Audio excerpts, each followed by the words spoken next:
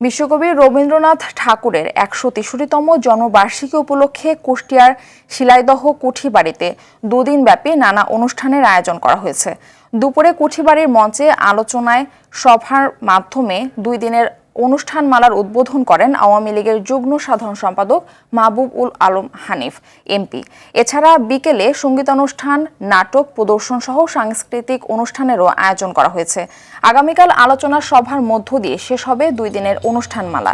এদিকে কবিগুরুর ১৬৩তম জন্মদিন উপলক্ষে সিরাজগঞ্জে কবি স্মৃতি বিজড়িত কাছারিবাড়ি অডিটোরিয়ামে ৩ দিনব্যাপী জন্মোৎসব অনুষ্ঠানের আয়োজন করা হয়েছে।